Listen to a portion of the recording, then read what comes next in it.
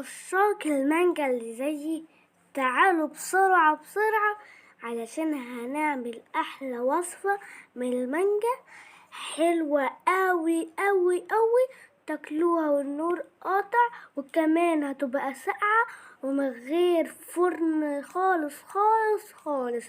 طعمها حلو أوي أوي أوي أوي. معانا النهاردة هحتاج لكوبايتين من الكريم جانتيه البودر الخام الغير محلى، لان معايا بقية الخطوات هيكون فيها نسبة من السكر، فانا مش هحط سكر كتير عشان يبقى طعمها حلو ومتعادل. معايا كوباية من عصير المانجا محطوط عليها معلقتين من السكر. كده المانجا هتطعملي الكريمة بطعم المانجا الحلو، وكمان بنسبة السكر اللي انا حطيتها فيها فهيبقى سكرها حلو جدا ومتعادل. ودلوقتي هقلبهم وهضربها بالمضرب الكهربائي عشان كمان اظبط القوام اللي انا هوريهولكوا دلوقتي.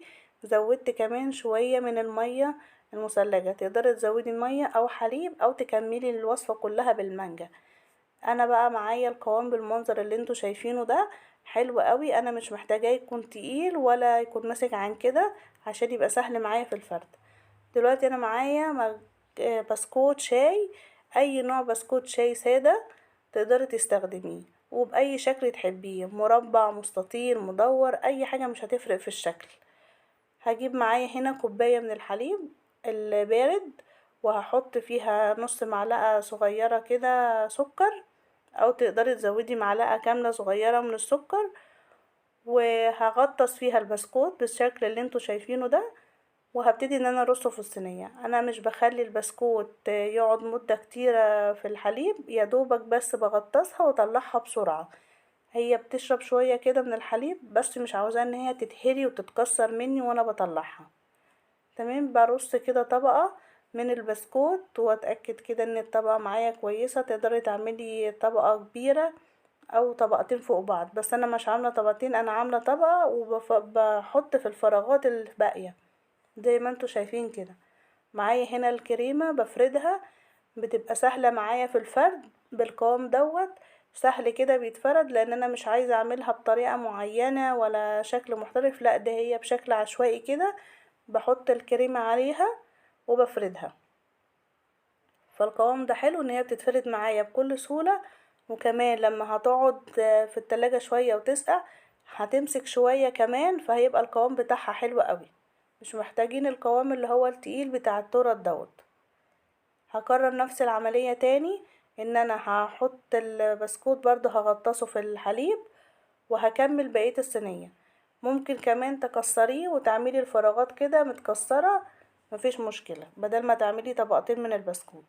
وهفرد برضو كمية من الكريمة كده، كمية كويسة على الوش، وهغطي كده كل البسكوت. وبرضو مش شرط ان انتي تخليها مظبوطة، يعني لازم يعني يبقى فيه شوية كده بسكوت ظاهر مع الكريمة تبين الطبقات. اجمل حاجة في الوصفة دي، لا هتولعي فرن في الحر ده ولا بتاخد منك وقت ولا عايزاكي تعمليها بطريقة محترفة يعني.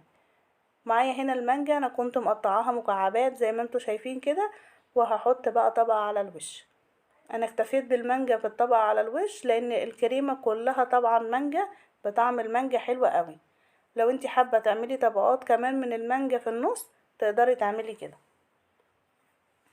بصوا شكلها حلو قوي وطعمها كان رائع.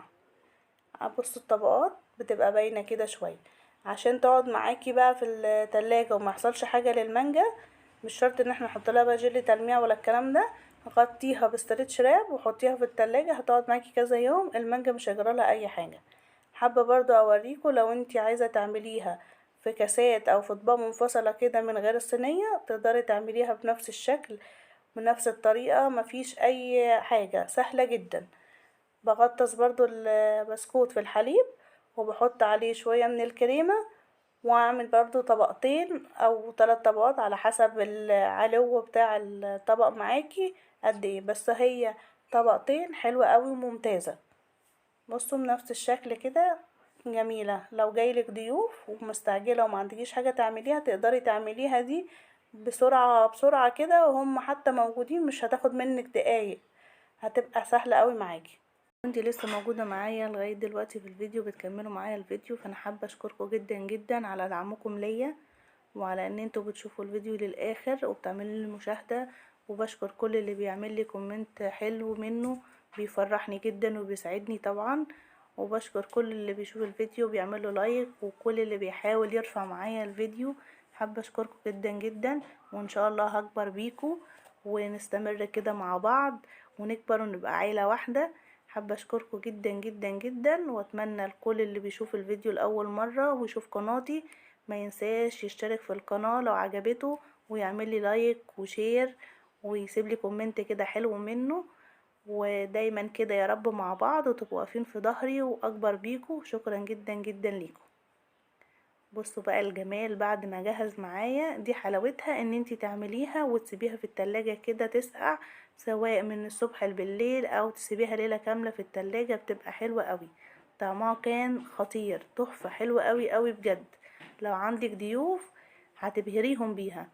وزي ما لولو قالت لكم كده، تاكلوها اول ما النور يقطع. احنا كان النور يقطع نروح طالعين بقى البلكونه وناخدها معانا كده، وتستمتعي بقى كده بيها. طعمها تحفه. اتمنى ان انتوا تجربوها. اشوفكم دايما بخير. سلام.